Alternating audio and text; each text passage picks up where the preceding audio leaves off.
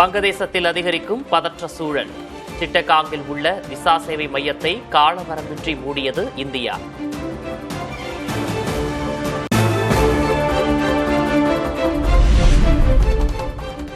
அசாம் மாநிலத்தில் 10,000 கோடி ரூபாய் மதிப்பிலான உர தொழிற்சாலைக்கு பிரதமர் மோடி அடிக்கல்.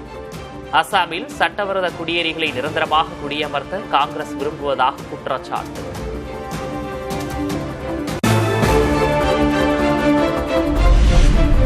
ஊரக வேலைவாய்ப்பு திட்டத்தில் காந்தியடிகள் பெயர் நீக்கப்பட்டது அவரை மீண்டும் கொன்றதற்கு சமம். முன்னாள் மத்திய அமைச்சர் ப. சிதம்பரம் குற்றச்சாட்டு.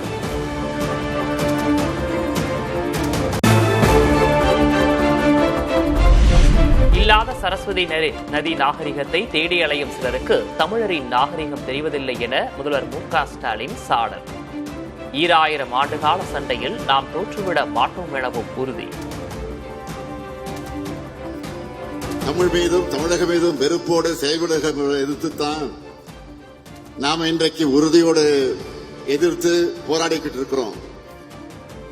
இல்லாத சரஸ்வதி நதி நாகரிகத்தை தேடி அலைகிறவங்களுக்கு கண் முன்ன நாம் வெளியிடுகிற ஆய்வுகள் தெரிகிறது இல்லை.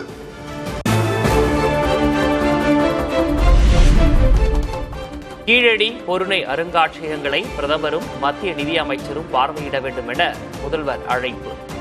மத்திய அரசால் தொடங்கப்பட்ட ஆதிச்சநல்லூர் அருங்காட்சியக பணி என்ன ஆனது எனவும் கேள்வி.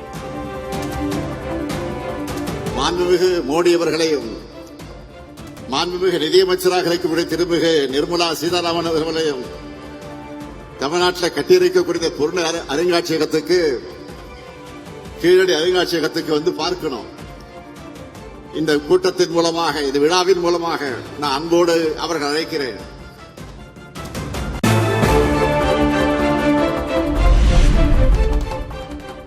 ஊழல் உள்ளிட்ட பிரச்சனைகளில் தான் தமிழகம் முதலிடம் வகிக்கிறது. அதிமுக முன்னாள் அமைச்சர் ஆர். பி. உதயகுமார் விமர்சனம்.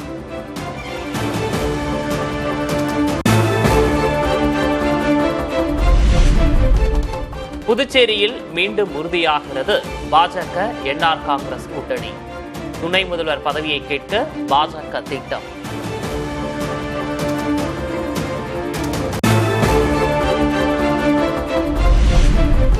தமிழ்நாட்டில் ஒரே ஆண்டில் 26 லட்சம் பேர் இறந்துள்ளார்கள் என்பது சந்தேகத்தை எழுப்புகிறது.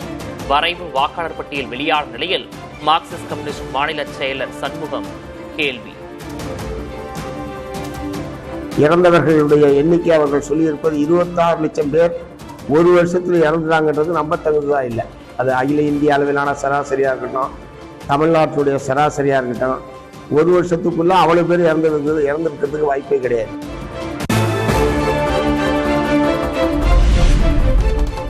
தனது வாக்குச்சாவடியில் எந்த தகுதியுள்ள வாக்காளரும் நீக்கப்படவில்லை என பாஜக மூத்த தலைவர் தமிழிசை சவுந்தரராஜன் விளக்கம்.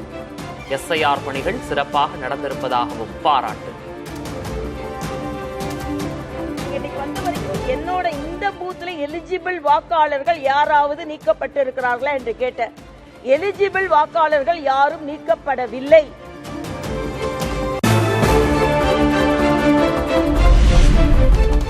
ஆங்கில புத்தாண்டை முன்னிட்டு வரும் 29ஆம் தேதி பாமக மாநில சிறப்பு பொதுக்குழு கூட்டம். சேலத்தில் கூட்டம் நடைபெறும் என கட்சியின் நிறுவனர் ராமதாஸ் அறிவிப்பு.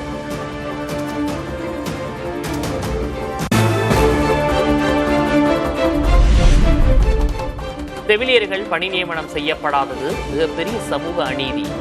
திமுக அரசு ஆணவத்தில் ஆட்டம் போடக்கூடாது என பாமக தலைவர் அன்புமணி கண்டனம்.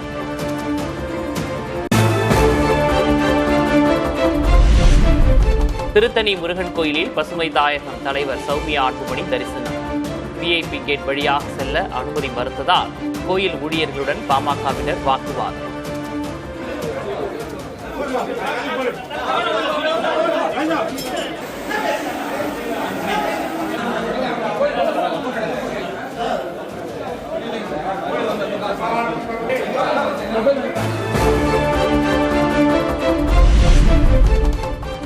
சென்னை பெசன்ட் நகர் கடற்கரையில் உணவு திருவிழாவை தொடங்கி வைத்தார் துணை முதல்வர் உதயநிதி ஸ்டாலின். அரங்குகளை பார்வையிட்டு உணவுகளை ருசித்து பார்த்தார்.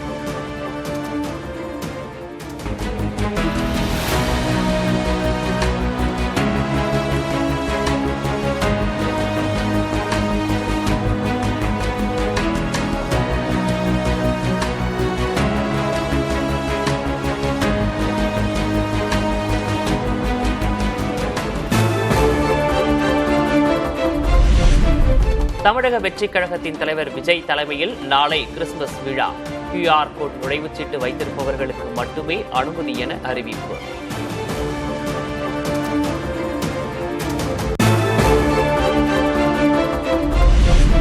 தவேகவில் இணைந்தார் YouTuber Felix Gerald.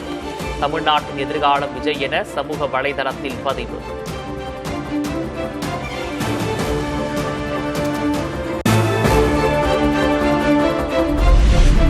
YouTuber Felix Gerald மீது திரைப்பட தயாரிப்பாளர் புகார். அவதூறு பரப்பியதாக சென்னை காவல் ஆணையர் அலுவலகத்தில் ஆன்லைன் வாயிலாக மனு.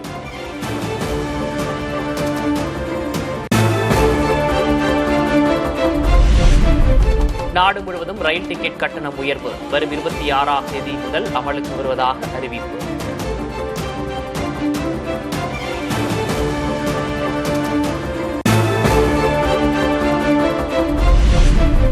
ரயில் கட்டண உயர்வு மூலம் 600 கோடி ரூபாய் கூடுதல் வருவாய் கிடைக்கும். 500 கிலோமீட்டர் பயணத்திற்கு 10 ரூபாய் மட்டுமே கட்டணம் உயர்த்தப்பட்டுள்ளதாக ரயில்வே விளக்கம்.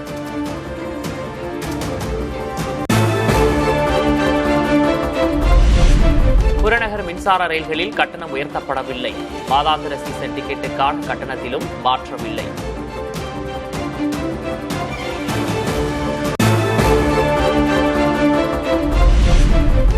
பயண கட்டணத்தை உயர்த்துவதற்கு ஏற்ப வசதிகளையும் மேம்படுத்த வேண்டும். இந்திய ரயில்வேவுக்கு ரயில் பயணிகள் கோரிக்கை.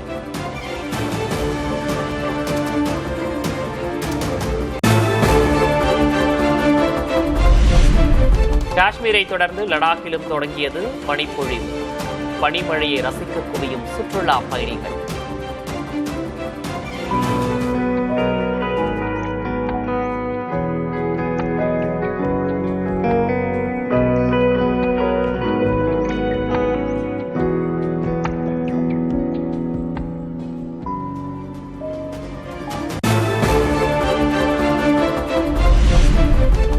அமெரிக்க செயற்கைக்கோளுடன் 24ஆம் தேதி விண்வெளிக்கு செல்லும் இந்திய ராக்கெட். வெளிநாட்டு செயற்கைக்கோள்களை வணிக ரீதியில் அனுப்புவது அதிகரிப்பு.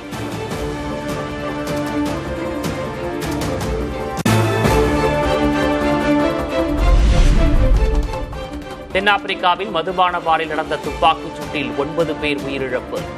15 நாட்களுக்கு முன் நடந்த துப்பாக்கிச் சூட்டிலும் 12 பேர் மரணம்.